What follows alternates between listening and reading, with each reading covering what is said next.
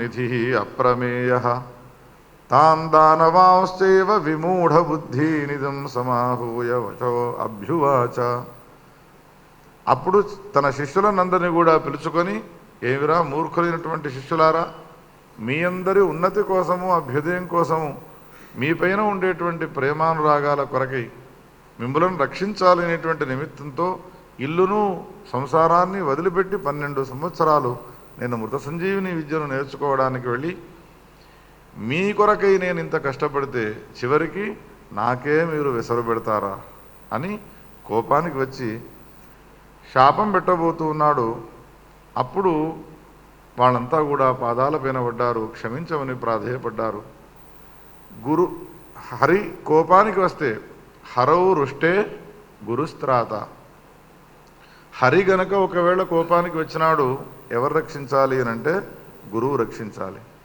గురువు గనక ఒకవేళ కోపానికి వస్తే ఎవ్వరు లేరు అని అంటారు. కానీ వ్యాసుడు ఏమంటాడు అనంటే గురువు కోపానికి వస్తే గురువు యొక్క పాదాలు రక్షిస్తాయి. గురువు యొక్క పాదాలపైన పడ్డామనుకోండి కరిగిపోతాడు గురువు. అపరాధం చేయడం సహజంరా మీ శిష్యులకు అని పాపం మళ్ళీ వాత్సల్యమూర్తి మనల్ని అనుగ్రహిస్తాడు. పాదాలపైన పడ్డారు. ఇది జరిగిపోయినది. రెండవసారి కచునికి సంబంధించినటువంటి జన్మ జరిగినది. మరణించినాడు, మళ్ళీ పుట్టినాడు ఆయన యొక్క మృత సంజీవిని ప్రభావం వలన. బ్రతికి బయటపడ్డ తర్వాత మృత సంజీవిని విద్యను కూడా తాను ఉపదేశం పొంది ఉన్నాడు కావున ఇక గురువుగారి ఇంట్లో ఉండాల్సిన అవసరం తనకు లేదు కదా. రెక్కలు వచ్చిన తర్వాత గూడును వదిలిపెట్టి వెళ్ళిపోతాయి పక్షులు. దక్షిణ ఇచ్చిన తర్వాత బ్రాహ్మణులు యజమాని ఇంటి నుంచి వెళ్ళిపోతారు. భోజనం చేసిన తర్వాత అతిథులు ఇల్లును వదిలిపెట్టి వెళ్ళిపోతారు. ఈ విధంగా ఈయన గురువు గారి దగ్గర విద్యలు నేర్చుకున్న తర్వాత శిష్యుడు కూడా గురువును వదిలిపెట్టి వెళ్ళిపోతాడు. వెళ్ళిపోతున్న సమయంలో అప్పుడు ఈ దేవయాని కచుని సమీపానికి వచ్చి తన హృదయంలో ఉన్నటువంటి మాటను వ్యక్తం చేస్తూ ఉన్నది. వెళుతున్నాను అంటున్నావు, మా తండ్రి గారితో చెప్పినావు, కానీ నిన్ను నేను ప్రేమించినాను, నన్ను నీవు వివాహం చేసుకోవాలి అంటుంది. ఈ మాటను వినగానే ఒక్కసారి ఆయన హృదయంలో బండబడ్డట్టయినది. గురు నిత్యం పూజ్యతమో మాన్య శుక్ర పితా తవా దేవయాని తథైవత్వం నైవం మాం వక్తుమర్హసి. నీకు జన్మనిచ్చినటువంటి తండ్రి అయితే నాకు విద్యను బోధించడం వలన ఆయన కూడా నాకు తండ్రి అయినాడు. అటువంటి ఒక్క తండ్రికి సంబంధించినటువంటి మనము ఆ సంబంధాలు పెట్టుకోవడం బాగుండదే అన్నారు. ఎన్నో రకాలైనటువంటి ఉపపత్తులు చెప్పి ఆమెను వదిలించుకుందాము అని ప్రయత్నం చేసినా కానీ ఆమె తన అభిప్రాయాన్ని ఏమాత్రమూ మార్చుకోలేదు. చివరికి ఏమైపోయినది, ఆయన అంగీకరించకపోవడం వలన కచుడికి శాపం పెట్టినది. ఏమని పెట్టినది అంటే, మా నాన్నగారి దగ్గర నేర్చుకున్నటువంటి ఏ మృత సంజీవిని విద్య ఉన్నదో నీవు ప్రయోగిస్తే అది పారకపోవుగాక, అది సఫలం కాకపోవుగాక అని శాపం పెట్టినది. ఇంతకాలం కష్టపడ్డాడు పాపం.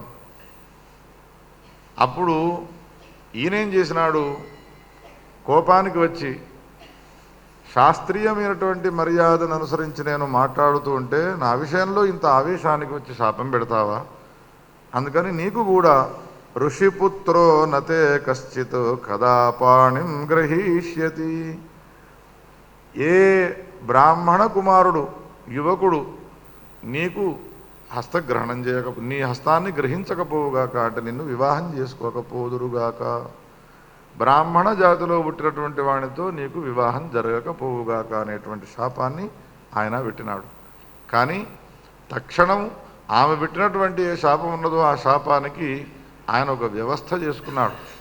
నీవు నిన్ను శపించినావు, ఆ శాపం ఎట్లా పెట్టినావు అనంటే, నీవు మృత సంజీవిని విద్యను ప్రయోగిస్తే అది ఫలించకపోవుగాక అని అన్నావు, కానీ నేను ఎవరికైనా నేర్పితే అది మాత్రం ఫలించుగాక. నమస్కారం చేసినాడు, వెళ్ళిపోయినాడు. దేవతలంతా కూడా చాలా సంతోషపడ్డారు. పెద్ద ఎత్తున ఆయనకు సన్మాన సత్కారాలు చేసినారు. మొత్తానికి మృత సంజీవిని విద్యను నేర్చుకుని మా సమీపానికి వచ్చినావు అని సంతోషపడ్డారు. లోకంలో చాలామంది ఇటువంటి ఆలోచన వ్యక్తం చేస్తూ ఉంటారు. ఏమోనయ్యా, మా పిల్లవాడు బాగా చదువుకున్నాడు, ఏ ఎగ్జామ్ రాసినా వాడికి మార్కులు రావు, మరి వాడి దగ్గర ట్యూషన్కి వచ్చిన వాళ్ళకు మాత్రం ఫస్ట్ క్లాసుల్లో వస్తూ ఉంటారు అని. వాళ్ళంతా కూడా కచునికి సంబంధించినటువంటి వ్యక్తులు. వాడు మృత సంజీవిని విద్యను అంత నేర్చుకొని వచ్చినాడు, వాడు మంత్రం వేస్తే ఫలించదు, కానీ వాడి దగ్గర ఎవడు నేర్చుకొని మంత్రాన్ని చదువుతాడో వాడికి మాత్రము ఆ మంత్రం ఫలిస్తుంది. పురాణాల్లో వ్యాసుడే మనకి. అందుకని మనం బాధపడాల్సిన అవసరం లేదు. అటువంటి పుత్రులు ఉన్నా కానీ వాళ్ళ నిర్వీర్యులను చేయకూడదు. కష్టపడుతున్నారు, చదువుతున్నారు, ఆయన నీ చదువు నీది, నీ వల్ల 10 మంది ఉపయోగపడుతున్నారు, సంతోషించాలి. ఇది జరిగిపోయిన తర్వాత వృషపర్వ అనేటువంటి పేరు గల రాజు దగ్గర ఈయన ఉంటూ ఉన్నాడు శుక్రాచార్యుల వారు. ఒకనాడు ఏమైనది, వృషపర్వ అనేటువంటి పేరు గల రాజుగారికి ఒక అమ్మాయి ఉన్నది, ఆమె పేరు శర్మిష్ఠ అని. ఈ దేవయాని శర్మిష్ఠ ఇద్దరు స్నేహితురాళ్ళై ఉండి ప్రయాణమై అరణ్యానికి వెళ్ళినారు. చరికత్తలతో ఆటలాడుకున్నారు. చివరికి నీళ్ల నుండి బయటికి నీళ్లలో స్నానం చేయడానికి వెళ్ళినారు. వస్త్రాలని వదిలిపెట్టి బయటికి వచ్చినప్పుడు తొందరపాటులో ఒకరి వస్త్రాన్ని ఇంకొకరు ధరించినారు. అప్పుడు ఈ దేవయాని శర్మిష్ఠను బాగా నిందించినది. మా బట్టలను నీవు కట్టుకుంటావా, నీకెక్కడి అధికారము? నా వస్త్రాన్ని నీవు ధరిస్తావా, నీకెక్కడి అధికారము? మేమిచ్చేటువంటి ధనాన్ని తీసుకొని మీరు ఆ ఆశ్రమాల్లో నివాసం చేస్తూ జీవనాన్ని గడుపుతున్నారు అని, మేమిచ్చే ఆశీర్వచనం చేత నీవు బతుకుతున్నావు అని ఏమన్నది. చివరికి వాదోపవాదాలు పెరిగిపోయి చివరికి ఈ శర్మిష్ఠ దేవయాన్ని బావిలో నెట్టేసి ఆమె వెళ్ళిపోయినది. నీళ్లలో పడిపోయినది. చెలికెత్తలంతా కూడా ఆమెతో పాటు వెళ్ళిపోయినారు. హాహాకారం చేస్తూ ఉన్నది. ఇంతలో యయాతి అనేటువంటి పేరు గలవాడు, నహుషుని యొక్క కుమారుడు, వేటాడే నిమిత్తమే అరణ్యానికి వచ్చి ఆమె ఆర్తనాదం చేస్తున్నటువంటి దాన్ని విని సమీపానికి వెళ్ళినటువంటి వాడి, నీవెవరు, ఎందుకు నీళ్లలో పడ్డావు అని అంటే, మొట్టమొదట నన్ను చెయ్యి బట్టి పైకి లేపవయ్యా, తర్వాత చెప్తాను అన్నది. లోపల ఉన్నటువంటి ఆమెను కుడి చెయ్యి పట్టుకొని పైకి లేపినాడు. వచ్చిన తర్వాత ఆమె తన అభిప్రాయాన్ని చెప్పినది. లోకంలో ఒక స్త్రీ పురుషుని యొక్క కుడి చేయిని పట్టుకున్నది అని అంటే దాన్ని పాణిగ్రహణము అని అంటారు. వివాహంలో కూడా గృభ్ణామి తే సుప్రజాస్త్వాయ హస్తం మయా పత్యా జరదష్టిర్యథా సహ, ఈ మంత్రాన్ని చదువుతూ వరుడు అమ్మాయి యొక్క చేయిని పట్టుకుంటాడు. ఏ అమ్మాయి, గృభ్ణామి అంటే గృహ్ణామి, ఎందుకు నా చేయిని పట్టుకొని నీవు స్వీకరిస్తున్నావు అంటే, సుప్రజాస్త్వాయ, చక్కని సంతానాన్ని కనడం కొరకై, మయా పత్యా జరదష్టిర్యథా సహ, ఈ విధంగా మనం ఇద్దరము ఒకటి ఏ విధమైనటువంటి వార్ధక్యాది రోగాదులేవీ లేకుండా ఆనందమైనటువంటి జీవనాన్ని కొనసాగిద్దాము అని హస్తగ్రహణం అంతానికి అర్థం. అందుకని నీవు నా చేయిని పట్టుకున్నావు కావున నీవు నాకు భర్తవేనావు. నీవు చెప్పినటువంటి వివరణ అంతా చూస్తూ ఉంటే నీవు బ్రాహ్మణ స్త్రీవి, నేను క్షత్రియ కులంలో పుట్టినటువంటి వాడను. అందుకని ఇది విషమం అవుతుంది, ఇది సమము కాదు కదా వివాహము. ఏ కులం వాళ్ళు ఆ కులం వాళ్ళను వివాహం చేసుకోవాలి, ఇది వ్యవస్థ. కానీ కులము కానీ కులము వాళ్ళను పెళ్లి చేసుకోవడం ఇది సమంజసం కాదు కదా అనంటే కారణం ఉన్నది ఇక్కడ. ఈ కచ దేవయానులకు సంబంధించిన కథను నిదర్శనంగా చూపి అందరూ ఇంకేమిటి వర్ణాంతర వివాహం చేసుకోవచ్చును అనడానికి వీల్లేదు. ఏ వర్ణం వాళ్ళు ఆ వర్ణం వాళ్ళని వివాహం చేసుకోవాలి. ఇటువంటి కారణాలు కనుక ఒకవేళ ఉన్నట్టయితే అది చరిత్రలో కేవలం 2-3 మాత్రమే ఉన్నాయి అని అంటాడు మహాభారతంలో భీష్ముడు. ఒకటి పురాణంలో జరిగినది అని, ఆ పురాణంలో జరిగిన దాన్ని మనం ఆధారంగా చూపుతూ నేను కూడా ఆ ధర్మాన్ని చేస్తాను అనడం సమంజసం కాదు. అక్కడ ఉన్నటువంటి వ్యవస్థ ఏమిటో ఆలోచించాలి. ఏమయ్యా 4-5 పెళ్లి చేసుకున్నావు అని అడిగితే వాడేం సమాధానం, కృష్ణుడు చేసుకోలేదా 16,000 మందిని అంటాడు. కృష్ణుడు నీకు ఒకవేళ ఆదర్శం అయితే 4 ఆపకు, 16,000 చేసుకో, అప్పుడు నిన్ను శాస్త్రం ఒప్పుకుంటుంది, నువ్వు తప్పు చేసిన వాడు అను. ఇంకొకటి, కృష్ణుడిని ఆదర్శంగా తీసుకొని నువ్వు 4 పెళ్లి చేసుకున్నావు కదా, మరి వాన పడితే వాళ్ళందరినీ కూడా గోవర్ధన పర్వతం ఎత్తి ఆపినాడు. ఇది నువ్వు ఒక పర్వతాన్ని ఎత్తు చూద్దాం. పర్వతం దగ్గర ఒక బండరాయిని ఎత్తలేవు. ఆదర్శంగా ఒకరిని తీసుకున్నాము అని అంటే దాంట్లో ఏమిటి? మాట్లాడే మాటలు ఆడితే సరిపోతుందా? అసలు ఒక మాట నోటి నుండి మనం అంటూ ఉన్నాము అని అంటే అనేటువంటి ఈ మాటకు అనే అర్హత మనకున్నదా లేదా అనేటువంటిది కూడా ఆలోచించాలి. చివరికి ఏమైనది,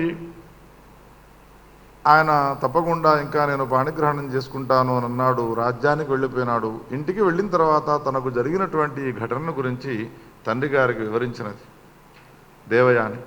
తండ్రి, నీవు ఇక్కడ ఉద్యోగం చేయడానికి వీల్లేదు, ఈ పౌరోహిత్యాన్ని వదిలిపెట్టాలి. శర్మిష్ఠనన్ని ఈ విధంగా అవమానపరిచినది.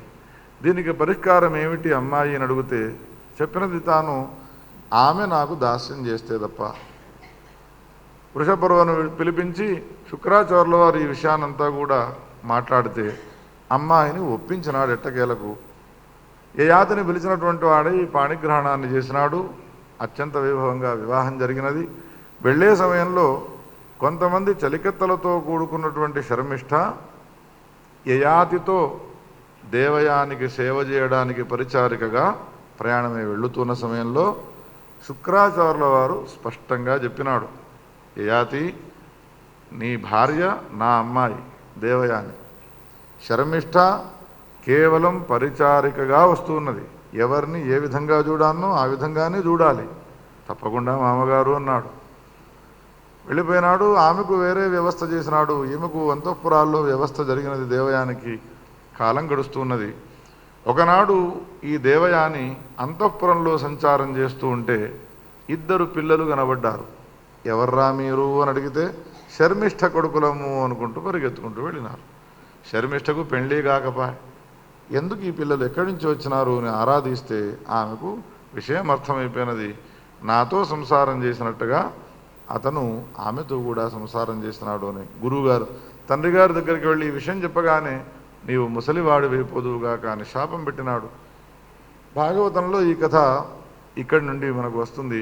చివరికి మామగారి పాదాలపైన పడి ప్రార్థన చేయగా ఒక పరిహారం చెప్పినాడు. ఒకటే పరిహారము, ఎవరికైనా నీవి ముసలితనాన్ని ఇవ్వవచ్చును అంటే దేవయానికి ఇద్దరు కొడుకులు ఉన్నారు, శర్మిష్ఠకు ఇద్దరు కుమారులు ఉన్నారు. మొట్టమొదట శర్మిష్ఠ దేవయాని పుత్రుల సమీపానికి వెళ్ళి అడిగితే యదు, తుర్వసు, ఆను ఈ ముగ్గురు కూడా ఒప్పుకోలేదు. ఈ ముసలితనం అనేటువంటిది మాకు అవసరం లేదు, అది భయంకరమైన రోగాలతో కూడుకొని ఉంటుంది. మొన్న ఈ మధ్య ఎవరో అడుగుతున్నారు, వార్ధక్యం రాగానే ఎన్నో రోగాలు వస్తూ ఉంటాయ్యా అని. అమ్మా, రోగాలకన్నిటికీ కూడా ముసలివాళ్ళు అంటేనే బాగా ఇష్టము. అది వెనకటి కాలం మాట. ఇవాళ యువకులను కూడా చూసుకుంటున్నాయి ఆ రోగాలు. బీపీ, షుగర్లు చిన్నపిల్లలకే వస్తున్నాయి. 7-8 సంవత్సరాల పిల్లల దగ్గర ఉండే అప్పటి నుంచే వాళ్ళు తీయటి మనుషులు అవుతున్నారు. తీయటి మనుషులు అంటే షుగర్లు రావడము. మా పౌరాణిక భాషలో వాటికి 2 పేర్లు పెట్టినాము, శుంభనిశుంభులు అని. శుంభనిశుంభు, ఆ శుంభనిశుంభులు ఇద్దరు ఉన్నారనుకోండి, మహిషాసురుడు వస్తాడు. మహిషాసురుడు అంటే హార్ట్ అటాక్. బీపీ, షుగర్ ఉన్నది అని అంటే హార్ట్ అటాక్ నేనున్నాను అని చెప్పి ఎప్పుడు పడితే అప్పుడు అది ప్రత్యక్షం కావచ్చు. అందుకని రాక్షసులు ఉన్నారు అన్నప్పుడు ఎవరిని శరణాగతి పొందాలి? అమ్మవారిని శరణాగతి పొందాలి. త్వమేవ శరణమ్మ అని. తన ఎదుట ఉన్నటువంటి 4 కొడుకులలో 3 అడిగితే వాళ్ళు ఒప్పుకోలేదు. చివరికి చిన్నవాడైనటువంటి పూరు ఉన్నాడో ఆ పూరు ఒప్పుకున్నాడు. వార్ధక్యాన్ని ఇచ్చి యవ్వనాన్ని తీసుకున్నాడు. కొన్ని వందల సంవత్సరాలు భోగాలను అనుభవించినాడు. కానీ ఈ భోగానుభవం ఎట్లా ఉన్నది ఆయన రీసెర్చ్ చేస్తే ఆయనకు తేలినది, అనుభవిస్తూ ఉన్నా కొద్దీ ఇంకా అనుభవించాలి అని అనిపిస్తూ ఉన్నది. నిన్న భోజనం చేసినాము, సాయంత్రం వరకు ఏమనిపిస్తుంది, అబ్బా ఇక చాలు అనిపించింది అనుకుంటారు. వంట ఇంటికి తాళం వేస్తారు, మళ్ళీ తెల్లవారగానే మళ్ళీ తాళం తీస్తారు, మళ్ళీ ఛాయ్, కాఫీ, పలారాలు మళ్ళీ ప్రారంభం. అందుకని ఈ భోగానుభవానికి ఒకనాటికి చాలు అని ఉండదు. అందుకని భోగానుభవమును నేను లేకుండా చేసుకుంటాను అని ఎవడైనా అనుకుంటే అనుభవిస్తూ దాన్ని సమాప్తి చేసుకుంటాను అని అనుకోవడము కల్లా. ఒకని గులాబ్ జామున్లు అంటే బాగా ఇష్టం. ఆ ఇష్టమైనటువంటి వాడు ఒక 100 ఒకటేసారి తింటాను అని తిన్నాడు అనుకోండి, విరక్తి కలుగుతుంది. కానీ 4 రోజులు అయిన తర్వాత అబ్బా మళ్ళొక గులాబ్ జామున్ ఉంటే బాగుండును అనిపిస్తుంది. మా కరీంనగర్లో ఒక ఉత్తముడైనటువంటి సదాచార సంపన్నుడైనటువంటి బ్రాహ్మణుడు ఉన్నాడు. ఈ తాంబూలం వేసుకోవడం బాగా అలవాటు ఆయనకు. దాన్ని పాందాన్ అంటారు. ఆ పాందాన్లో అన్ని పదార్థాలు ఉంటాయి. ఎక్కడికి వెళితే అక్కడికి దాన్ని తీసుకుని వెళుతాడు ఆయన. కథ ప్రారంభమైందంటే తాంబూలం వేసుకుంటాడు, అది అయిపోవడం ఆలస్యం ఇంకోటి. అందుకని ఆయన ఏం చేసేవాడు, భాగవత సప్తాహం ఎప్పుడైనా జరిగితే ఈ కథ చెప్పినటువంటి బ్రాహ్మణునికి, వ్యాసుల వారికి ఈ పాందాన్ను దానం చేసి ఇక ముందు నేను తాంబూలాన్ని వేసుకోను నిశ్చయం చేసుకుంటాడు. కథ అంతా వింటాడు. 7 రోజులు ఇక తినవలసినన్ని తింటాడు తాంబూలాలు. 7వ రోజు ఆ వ్యాసుల వారి దగ్గరికి వచ్చాయా, ఈ తాంబూలాన్ని సపేటిగా మొత్తం దాంట్లో అన్ని కాచు, సున్నము, జరదా అన్నీ పెట్టి మీకు దానం చేస్తున్నాను, ఇక వేసుకోను అని 2 రోజులు ఆగుతాడు. 3వ రోజు మళ్ళా ప్రారంభం చేస్తాడు. ఏమి తాతగారు మళ్ళీ ప్రారంభం, మళ్ళా సప్తాహంలో అప్పచెప్తానులే. ఇంద్రియ మూలకమైనటువంటి భోగానుభవం అనేటువంటిది ఏదైతే ఉన్నదో అనుభవిస్తూ దాన్ని సమాప్తి చేసుకోవాలి అని అంటే అది సాధ్యము కాదు. అనుభవించిన నేను చెప్తున్నాను వినండి అని యయాతి ఏమన్నాడు అంటే, నజాతు కామః కామానాముపభోగే నశామ్యతి. మండుతున్నటువంటి మంటను చల్లార్చాలి అని అంటే నెయ్యిని వేస్తే చల్లారుతుందా? నెయ్యిని వేస్తే భూయ ఏవాభివర్ధతే. అట్లా భోగానుభవం కూడా ఇంద్రియ మూలకంగా అనుభవిస్తూ ఉంటే ఇంకా అనుభవించాలనే కోరిక కలుగుతూ ఉంటుంది అని భావించి తన ముసలితనాన్ని తాను తీసుకొని యౌవనాన్ని మళ్ళీ తన కొడుకు ఇచ్చినాడు. ఏ ముసలితనాన్ని ఇస్తాను అనంటే స్వీకరించినటువంటి కొడుకులున్నారో యదువుకు యాదవులు పుట్టినారు, తుర్వసు అనేటువంటి పేరు గలవానికి యవనులు పుట్టినారు, దృహ్యుడు అనేటువంటి పేరు గలవానికి భోజులు, మ్లేచ్ఛులు మొదలైనటువంటి వాళ్ళు పుట్టినారు. ఏ పూరు ఉన్నాడో వానికి మాత్రము పరంపరా ప్రాప్తమైనటువంటి వంశం అనేటువంటిది అభివృద్ధి అయినది వర్ణిస్తాడు. ఇక ఇప్పుడు ఆయనకు కొంచెం ప్రాయశ్చిత్తము, పశ్చాత్తాపము కలిగినది. అనేక సంవత్సరాలు భోగానుభవం అయిన తర్వాత ఇద్దరి భార్యలను అనుభవించి ఇది ఇట్లా అయితే ప్రయోజనం లేదు అని అన్నిటినీ వదిలిపెట్టి తన హృదయాన్ని, మనస్సును అంతా కూడా భగవత్ చరణారవిందాలు ఎందు సంలగ్నం చేసి ఎన్నో యజ్ఞాలు చేసినాడు, ఎన్నో దానములు చేసినాడు. మనస్సును శుద్ధి చేసుకున్నటువంటి వాడి కాలాంతరంలో శరీరాన్ని వదిలిపెట్టినాడు, మరణించినాడు.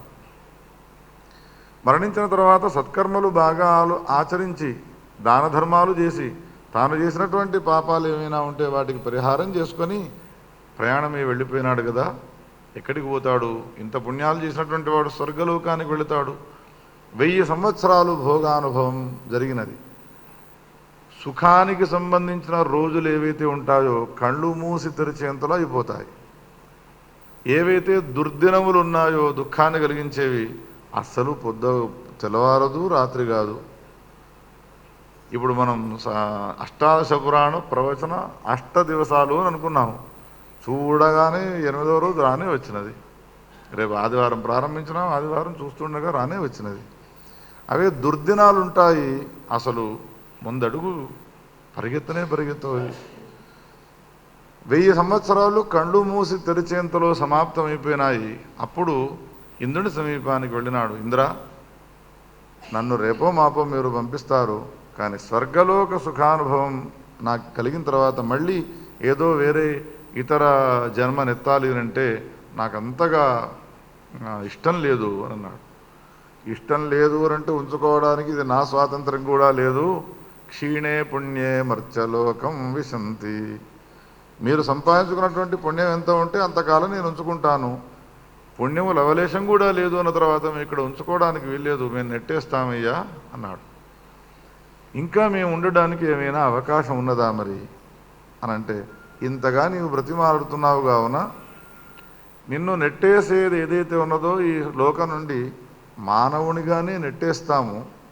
నీవు పడ్డ తర్వాత ఏ ప్రాంతంలో పడ్డావో పడ్డటువంటి ఏ వ్యక్తులు ఉంటారో వాళ్ళు నిన్ను గుర్తించి నీపైన కరుణను గనక ఒకవేళ చూపెట్టినట్టయితే వాళ్ళు ఇచ్చేటువంటి పుణ్యం నువ్వు సంపాదించుకొని వస్తే తప్పకుండా ఇంకా 1000 సంవత్సరాలు నీవు సుఖభోగాలను అనుభవించవచ్చును.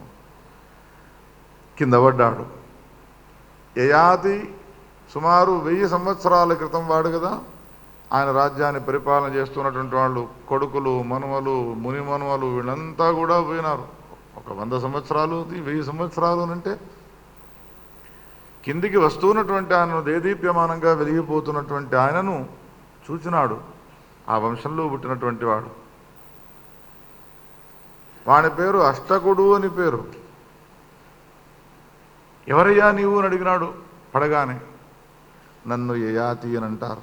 ఎక్కడి నుంచి వస్తున్నావు అని అంటే వృత్తాంతం అంతా చెప్పినాడు. నేను స్వర్గలోకానికి వెళ్ళినాను, భోగాలను అనుభవించినాను, నా పుణ్యం అంతా కూడా సమాప్తమైపోయినది.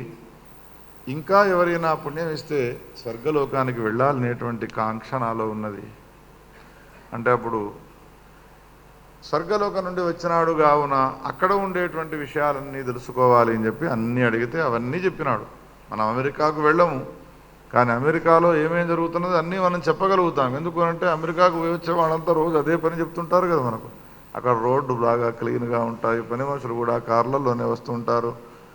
అగరవత్తులు వెలిగిస్తే పొగ వస్తే అది శబ్దధ్వని చేస్తుంది, అక్కడి నుంచి మిషన్ రానే వస్తుంది నీళ్ళు ఆర్పడానికి. ఇవన్నీ చెప్తూ ఉంటారు, మనం వెళ్ళే అవసరం లేకుండా విని. అందుకని వెళ్ళి వచ్చినాడు అనంటే స్వర్గలోకానికి వెళ్ళాలంటే ఏం పుణ్యకర్మలు చేయాలి, ఏ పాపకర్మలు చేయడం వలన ఏ విధమైనటువంటి దుఃఖాలు వస్తాయి, ఇవన్నీ ఆయనకు అనుభవంలో ఉన్నాయి. కాబట్టి అన్నీ అడిగినాడు, అన్నిటికీ సమాధానం చెప్పినాడు. నీవెవరవయ్యా అనంటే ఈ అష్టకుడు అన్నాడు, నీ వంశంలో పుట్టినటువంటి వాడనే నేను. మరి ఇప్పటిదాకా విన్నావు, నేను ఉపదేశం చేసినటువంటి ధర్మాలన్నిటి కూడా విన్నావు. మరి ఇప్పుడు నీవేం చేయదలుచుకున్నావు? ధర్మములు విన్న తర్వాత నీవు నాకు గురువు అయినావు కావున, మా వంశంలో పుట్టిన వాడవై ఉన్నావు కావున నీకు నేను గురుదక్షిణ ఇచ్చుకోవాలి. నేను ఇచ్చే దక్షిణ ఏమిటి అంటే, నేను చేసినటువంటి యజ్ఞయాగ వ్రతముల వలన వచ్చిన పుణ్యం ఉన్నదో అది నీకు ధార వస్తున్నాను అనగానే మళ్ళా ఎక్కినాడు, స్వర్గలోకానికి వెళ్ళిపోయినాడు యయాతి. ఈ కథలు రాస్తాడు వ్యాసుడు. ఒకసారి వ్యాసుడిని అడుగుదాం, ఎందుకయ్యా ఇటువంటి కథలు రాస్తావు అనంటే వ్యాసుడు చెప్పేదల్లా ఒకటే, నాయనలారా, మీరు సంపాదించుకున్నటువంటి పుణ్యం ఏదైతే ఉన్నదో ఆ పుణ్యము బాగా సంపాదించుకున్నాను అని మీరు అనుకుంటారు. కానీ ఆ సంపాదించుకున్న పుణ్యము ఇక్కడనే ఖర్చు పెట్టుకుంటూ వెళుతారు. ఒక 100 సంవత్సరాలు నేను స్వర్గలోకంలో ఉంటాను అని అనుకుంటారు. ఆ యజ్ఞయాగాది క్రతువులు ఇక్కడ చేస్తారు. కానీ ఇక్కడనే మీకు 90 రూపాయల పుణ్యం ఖర్చు అయిపోయినది అనేది తెలియదు. నెల రోజులకు సరిపడే చాక్లెట్ డబ్బాల పోసి ఇచ్చినాము అమ్మాయికి. అమ్మాయి రోజు ఒక్కటి చొప్పున తిను, 5 రోజులు కాగానే ఖాళీ డబ్బా చూపడుతుంది, నాన్న చాక్లెట్లు ఏవి. నెల రోజులు తినవలసినవి ఏమైనాయి అంటే అది రాత్రి పగలు అదే పని.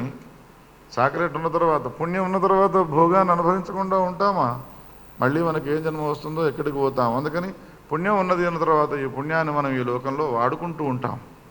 వ్యాసుడు ఏమంటాడు అనంటే, పుణ్యమును రక్షించుకోండి, పుణ్యాన్ని వృధా చేయకండి, పుణ్యమును వృద్ధి పెంపొందించుకోవాలి, ఇంకా చేసుకోవాలి.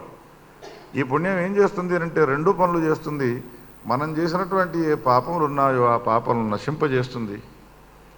మరణించిన తర్వాత లోకాంతరాల్లోకి వెళితే స్వర్గాది సుఖభోగాలను ఇస్తుంది. ఒకవేళ నీకు స్వర్గాది సుఖభోగాలు అవసరం లేదు అని అనుకుంటే నీవు ఆచరించినటువంటి కర్మఫలమునంతా కూడా ఈశ్వరునికి అప్పచెప్పు అని అంటాడు వ్యాసుడు. శంకరాచార్యుల వారు కూడా అదే మాటను చెప్తాడు. కర్మలను ఆచరించి కర్మ ఫలములను అపేక్షించకుండా సోమయాగం చేస్తే స్వర్గలోకం వస్తుంది అని ఉన్నది వేదంలో. సోమేనే చేత స్వర్గకామ, ఆ స్వర్గలోకం నాకు అవసరం లేదు అని సోమయాగాన్ని చేసి ఆ సోమయాగ పుణ్యమును నీవు ఈశ్వరునికి సమర్పించు. ఈశ్వరుడు ఎవడు నాకు సోమయాగ పుణ్యం ఇస్తాడా, ఎవడు దర్శపూర్ణ మాసంలో పుణ్యం ఇస్తాడా అని ఎదురు చూస్తూ కూర్చోడు. వానికి మనం ఇచ్చే పుణ్యం ఏమో అవసరమా? వానికి అనంత గుణ సంపన్నుడు, కొన్ని కోట్ల రూపాయలు ఉన్నటువంటి వాడికి మనం 10 రూపాయలు పెడితే వాడికి అవసరం ఈ 10 రూపాయలు అన్నట్టుగా అనంత గుణ సంపన్నుడు, అనాది నిధనుడు అయినటువంటి ఆ పరమాత్మకు మనం ఇచ్చే పుణ్యం అవసరం లేదు కావున వాడేం చేస్తాడు అనంటే మన పుణ్యమును మన ఖాతాలోనే వేస్తాడు. అప్పుడు దేవతలు ఏం చేస్తారు, వాళ్ళు వీడు పుణ్యం వద్దు అని అన్నాడు, పరమాత్మకి ఇచ్చినాడు, పరమాత్మ నాకు వద్దన్నాడు, వాడు తీసుకోవడం లేదు, అందుకని ఈ పుణ్యమును ఏం చేయాలి అంటే వాడి అంతఃకరణాన్ని శుద్ధి చేయాలి. మన దగ్గర ఉన్నటువంటి అతిశయమైనటువంటి పుణ్యము అది ఏం చేస్తుంది అంటే భగవంతుని యొక్క ప్రేరణ వలన మన మనస్సును శుద్ధి చేస్తుంది, కడిగి పారేస్తుంది.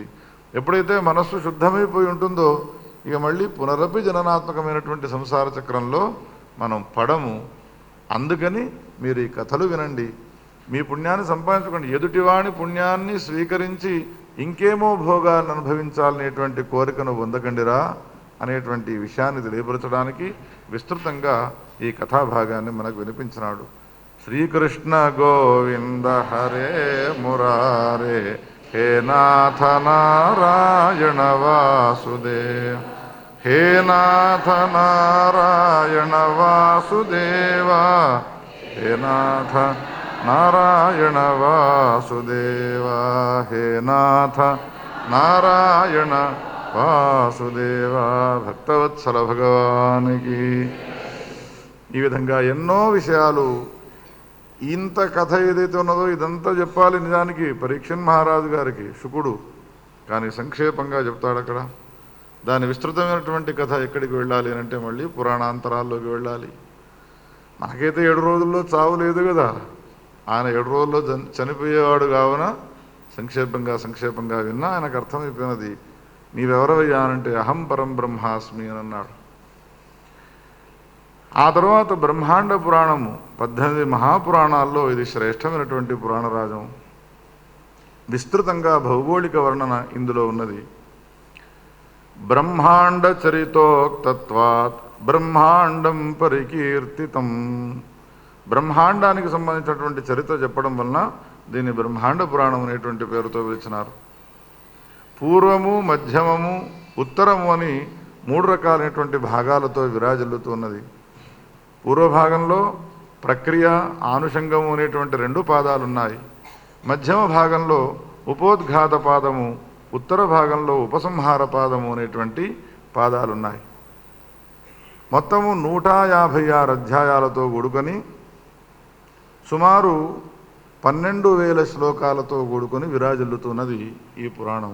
చాలా శ్రేష్టమైనటువంటి పురాణం. ఇటువంటి పురాణాన్ని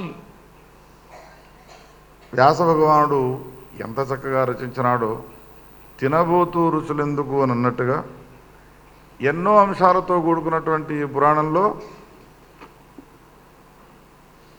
రోజుల తరబడి చెప్పుకోవలసినటువంటి పురాణాల్లోని ఆణిముత్యాలు ఏరాలి అంటే ఎంతో కష్టం.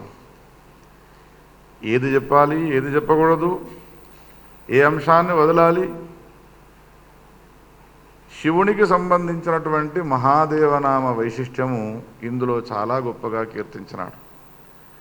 శివునికి సంబంధించినటువంటి ఏ కాశీక్షేత్రం ఉన్నదో దానికి సంబంధించినటువంటి మహిమను కూడా అపారంగా వర్ణించినాడు. విలక్షణమైనటువంటి కథలతో కూడుకొని ఇందులో దానికి సంబంధించినటువంటి వర్ణన అది చెప్పడానికి వీలు లేకుండా ఉన్నది. అది అనుభవిస్తే కానీ మనము దాన్ని వినలేము.